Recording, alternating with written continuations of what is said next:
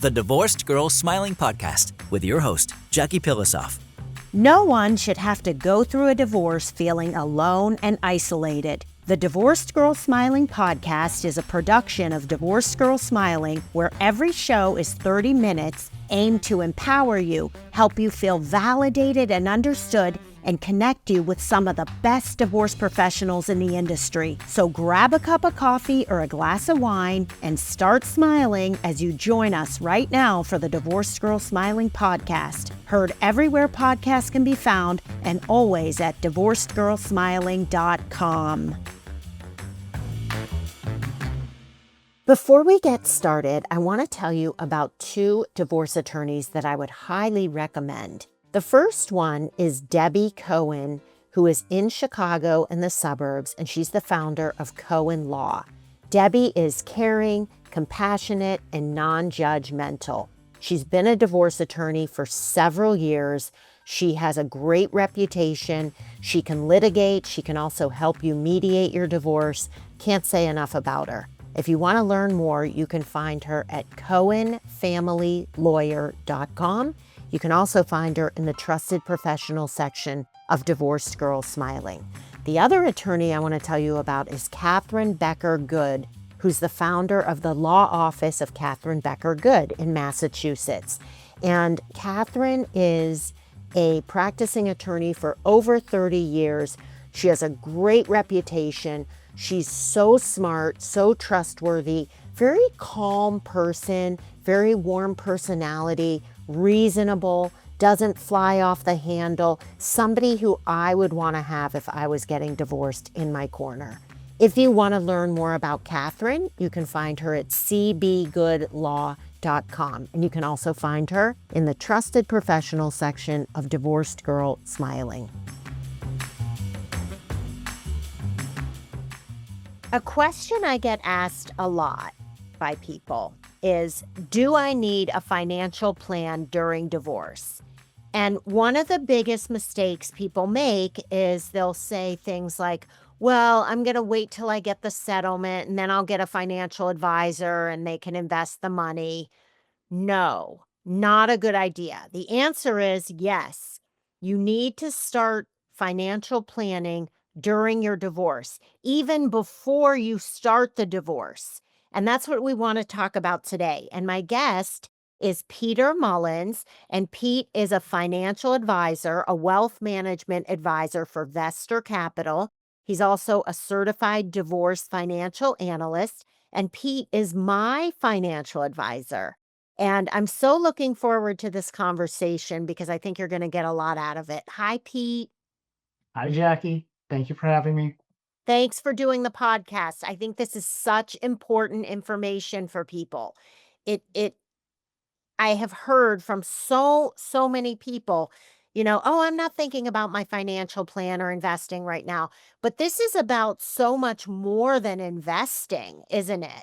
It really is. And, I'll just start by saying, I think you need a financial plan whether you're going through divorce or not.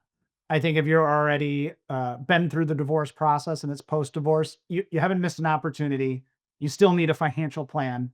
But when we can talk to someone before they start the divorce process, just near the beginning, you can really help drive the best outcomes for everyone involved.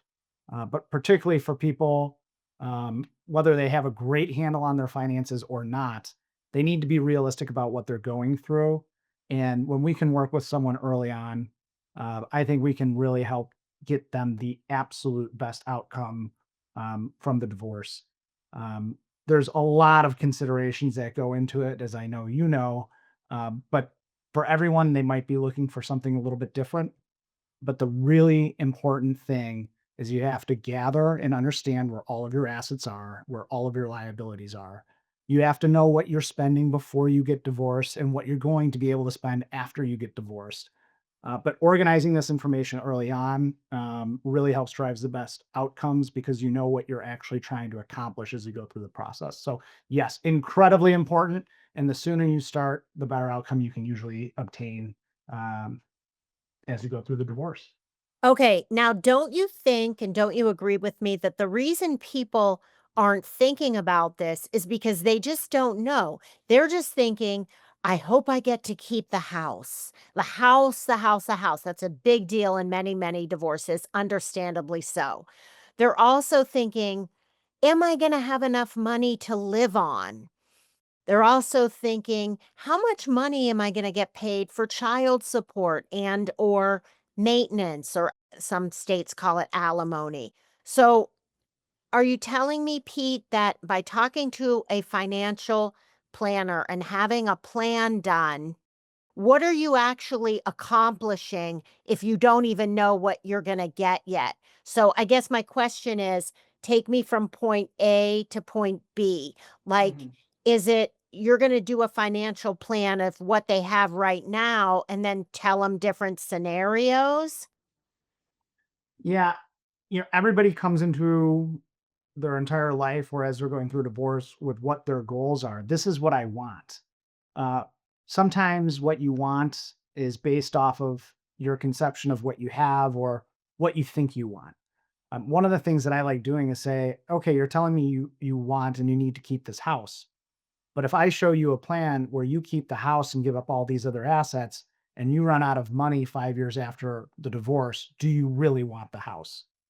Are there other more valuable assets to you? And can I take a look, illustrate, hear what you're telling me you want, and show you if that is really what you want? I always tell people I never care what decisions they make, but I need to give them the power to make an informed decision. Don't go into a divorce and never have looked at your finances. Think you want one thing, argue and fight and spend money on attorneys trying to get this one thing, only to find out you actually should have been going after assets that are more valuable to you. Okay, this is very important information. And I love this because I think what I'm hearing is the house and all these decisions is an emotional decision.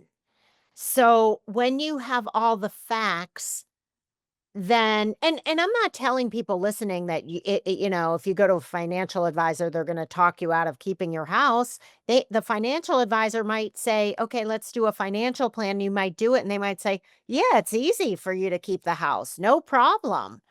But the thing is, isn't it amazing how little we know about our day-to-day expenses, what we spend, what we're bringing in, what our investments are bringing in, what our money's going to look like in 3 years, 5 years, 7 years. And I know that you can't really predict it, but you can tell me if this is right, you make the predictions based on the past performance of investments. Um, no, I don't think past performance are the best guide to what your future results are going to be. They can be a helpful guide, but no, I'll come back to even one step before that, which is what assets you own are going to be a better predictor of what those assets will generate. A house you can live in and there's a roof over your head. Uh, but unless you're selling it and moving out, it's not growing. It's not creating any more wealth for you. Uh, Houses, great. In a divorce, you can end up with a division of assets. A lot of times people are targeting 50-50, but we usually say what's fair and equitable. But a house can't just be split down the middle. If you have a home, if you're going to get it, and let's say, no, this person, it's the most important thing. Okay, I want you to get that house. What other assets should you trade off in the process of accepting the home? There's a difference between comparing it to the stock market and stocks, which we can value every day and say, this is the price on this day and easily split them, compared to a privately held business that they're giving up to get the home. But that privately held business is what's been generating the wealth for the family to begin with. And oh, by the way, regardless of which one you pick, are there tax implications to accepting some of the stocks that you already own? Which one should they take? And you know what? You just don't know until you look. And the one thing you'll find I think everybody needs to come back to: get organized, list out everything you own in your marriage, take a look, have an expert weigh in and say, well, what would be a fair and equitable division? Tell me what assets you're trying to acquire in the divorce, and I'll tell you the best way to try and acquire them.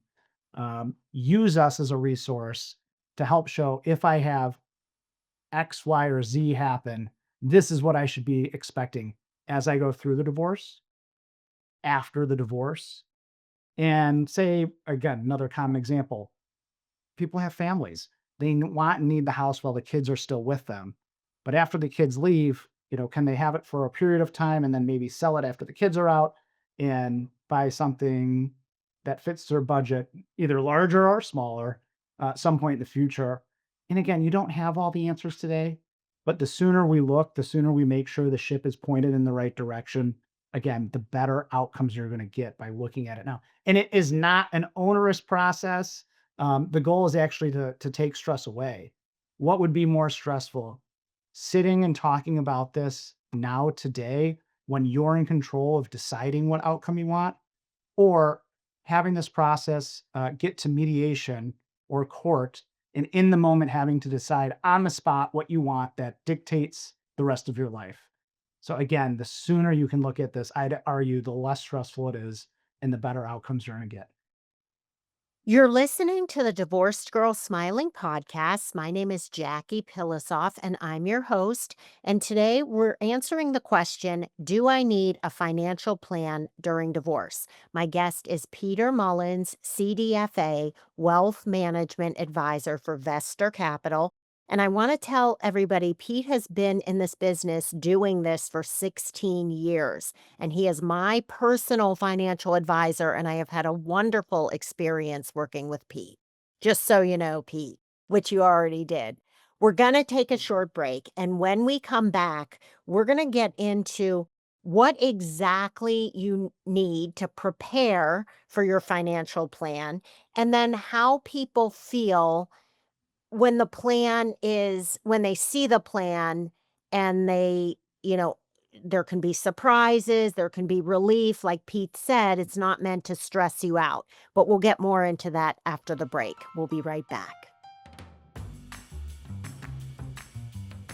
I believe that everybody who is getting divorced, whether you're mentally healthy or you've always been in therapy or you've never been to a therapist ever, I think everyone should go to therapy. It's just a hard, stressful time in your life with so many changes that it would benefit you greatly. That's just my opinion.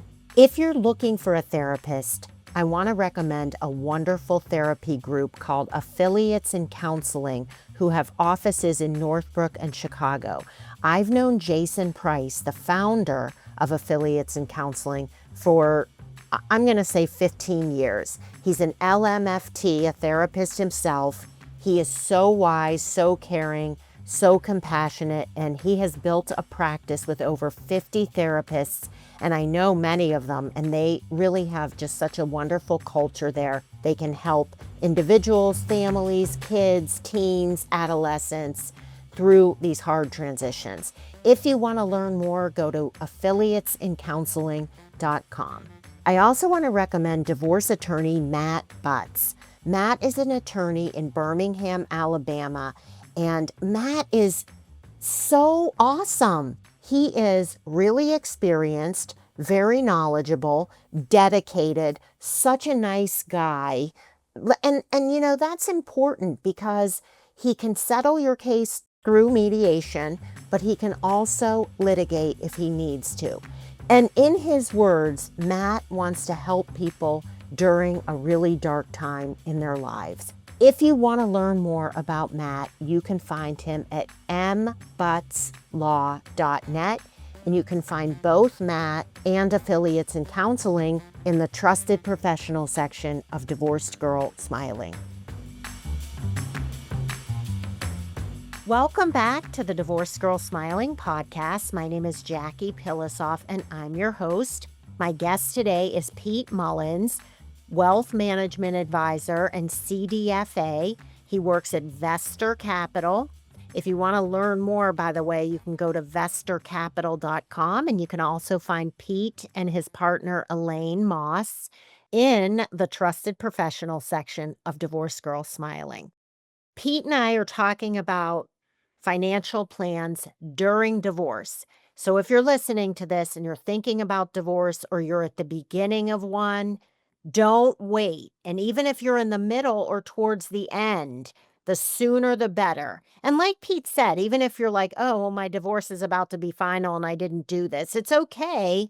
But it's better to get ahead of it if you can. But that doesn't mean you can't have a good outcome if you're just getting into it now. And Pete can help you. This is his specialty, helping people going through a divorce. All right, Pete, you sort of started to talk about it, but when people say, like, if you talk to someone and say, okay, we'd like to do a financial plan, what do they have to do to prepare? Because that sounds intimidating to me. How do they prepare? Do they have to, what documents do they need to gather? Things like that. Sure. Um, typically our process is I no commitment, have a 15-minute phone call so we can help determine what we need to get from someone. But skipping past that step, what do people need to gather? I always say what you have access to. Start with the basics and don't let missing one piece of information prevent you from starting to gather what you can. The sooner you get information, we can point out if something's missing. Um, but get what you can, talk with a professional, and get started. The Now, do one you thing, have a list? Do you have like a list that you send people? absolutely. Hmm. And we have a giant long list of all the things we can gather. We try and tailor it and make it easy and digestible. A good place to start, if it's related to your money and you have a statement, we should see it. That could be bank statements. Hmm. That can be retirement accounts like a 401k or a pension or 403bs. It could be a liability like a credit card statement or a mortgage. Anything related to your finances, anything that you see a dollar amount or an account number and it's a marital asset, you should start gathering it and keeping track. And non-marital assets, what if you have Everything. Everything. inheritance money? Mhm, Yeah. okay. Even though Eh sometimes those don't get split in divorce, knowing about them, they can become parts of lifestyle analysis. They become very important as well. If they're yours, they can factor into what your lifestyle can look like, what you can live off of post divorce. But prior and early in the process, again, anything you can find, if it's financially related, it should be something you're going to want to track. By the way, you're going to have to get this anyways. The Mhm. courts are going to go through discovery. They're going to have you fill out financial affidavits, and having someone help you organize it before you have to fill out those forms makes that job so much easier. And that's when these little things start to pop up. But answering your question, getting, again, any statements you can. Also, very important, pay stubs or W 2s. If you have several years of tax returns and access to those are helpful to see. So, again, the more you can get, the better. You get out of a plan what you put into it, but you don't need to fill out the spreadsheets. You don't need to understand these things.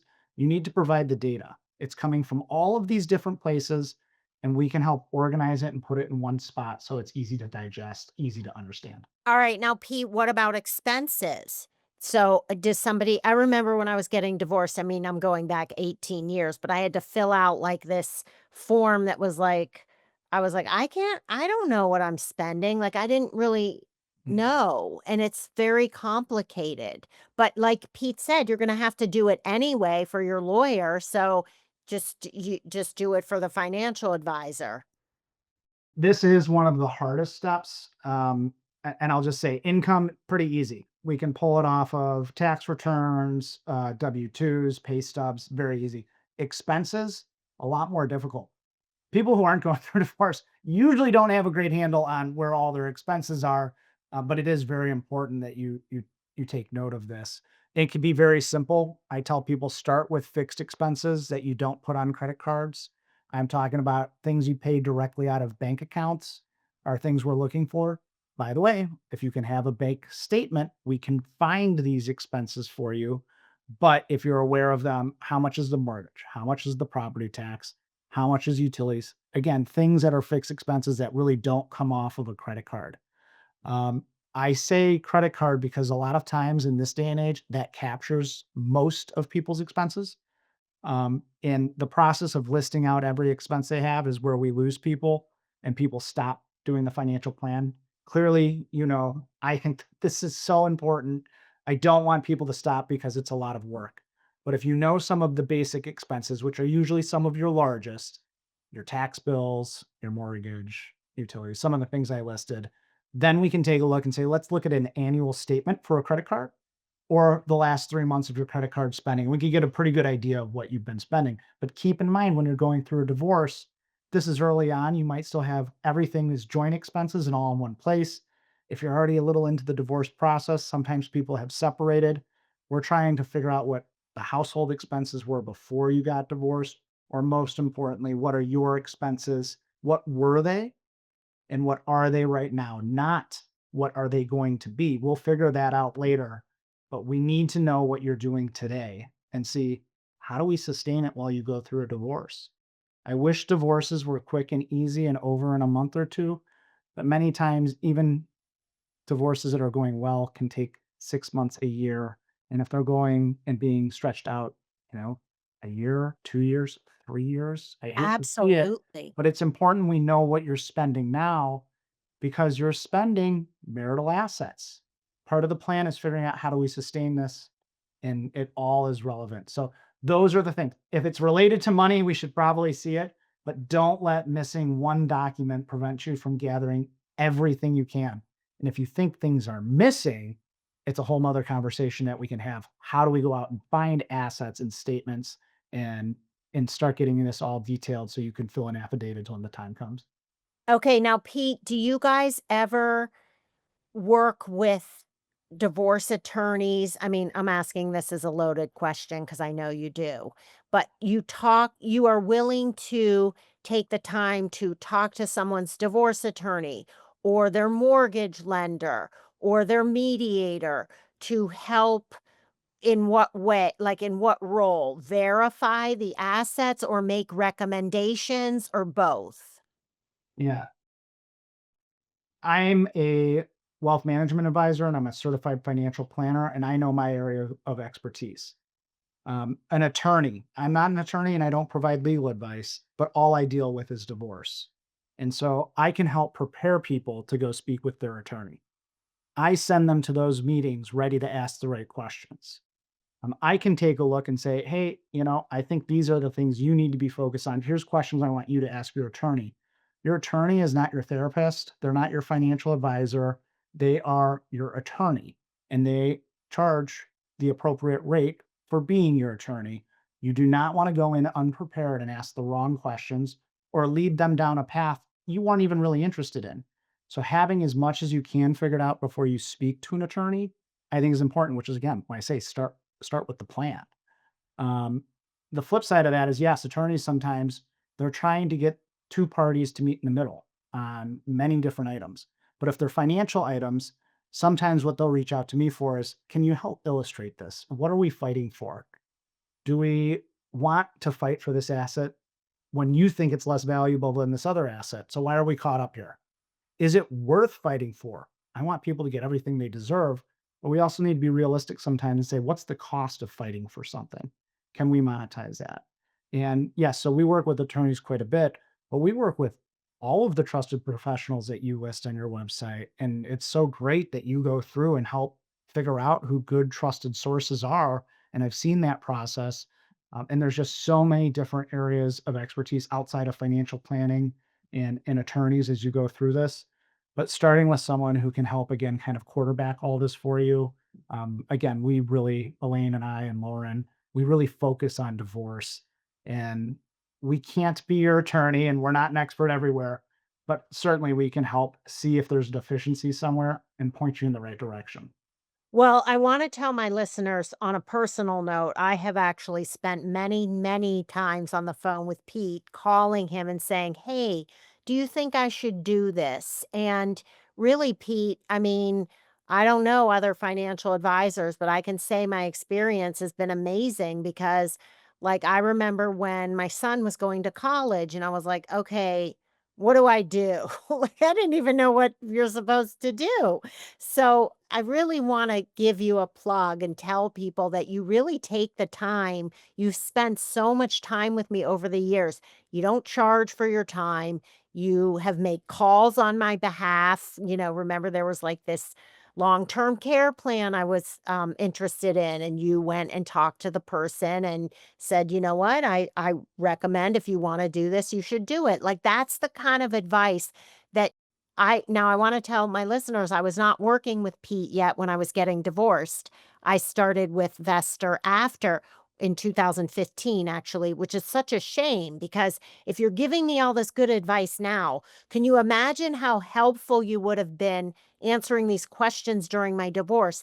Because nobody going through a divorce even knows what they want. Like we said before, you think you want the house, but you don't really understand the implications of keeping it or selling it. You think you want this one account. You think this one thing's fair. You're not thinking about college. You know, my kids were 2 and 4 when I got divorced. Why didn't anybody bring up college? Had I had a financial plan, it would have been in there. And so that's why I think it is so important to have a financial plan in your divorce as early as possible. I want to take my listeners through my little journey of getting a financial plan with you and Elaine in 2015 because I didn't even wanna do it, and what I wanna tell my listeners is I had agreed to work with Vestor for investments, but then Pete said, and Elaine, "Let's do a financial plan." I was like, "Oh, no, I don't need that, I'm fine." And Pete said, "No, I really wanna do this, I feel strongly about it," and we did it. And Pete, it was so eye-opening for me, and not so comfortably either, but I think we talked about this earlier. You could end up having a financial plan and say, "Wow, I'm so much better off than I thought." Or you could say, "I'm exactly where I thought I was." Or you could say, we have to make some changes so I can get to the better point." And there's something about that feeling of empowerment, no matter how disappointed you might feel, you at now at least are empowered enough to make the decisions with your help, Pete, to get to a better financial place. Well, thank you. It's obviously been a pleasure working with you, Jackie. But it's really rewarding when we work with people and we help them build confidence in what they're doing. I really don't care what financial decisions people make, but if I can help guide them to making the most appropriate decision for them, it's very rewarding. Um, I do financial plans also to figure out, before people make a commitment, can I craft a plan that they want to execute? I could make the most clever financial plan in the world, help get you the best marital settlement agreement possible. But if it's not something that the client wants to execute, it's almost worthless. So being creative, getting the best outcomes for people, showing them something that they believe in and they want to execute is what leads to long-term financial success. And if I can put a financial plan in front of people and they say, yes, this is the best possible outcome for me, and I can get them to believe in that, I end up with clients for life. Elaine ends up with clients for life. Lauren ends up with clients for life. That is why we start with the plan and why we believe in it. Someone comes to me and says, I just got all these assets. Just tell me how you're going to invest it. Frankly, I'll say, we're probably not the best fit for you because what I start doing, if it doesn't accomplish your goals with the right amount of risk, and you have to change course in several years, I can't live with that. I watch people make mistakes. I help people fix mistakes all the time. I don't want to help people make mistakes. And that's why I believe in the financial planning process so much. And what's so great also is that once you have the plan, nothing's set in stone. We all know that life changes. So how many times have you like said to me, we really need to review your financial plan. I'm like, we just did it. No, that was like 2 years ago. Let's do it again because Yeah. things change, circumstances change. And what I want to tell people going through a divorce is maybe your ex makes a lot of money right now, but maybe in a few years he won't be making that. God forbid. I hope that doesn't happen. Or maybe you land a job and you are so much more successful than you ever thought that now you're making twice as much as you told Pete in your initial financial plan.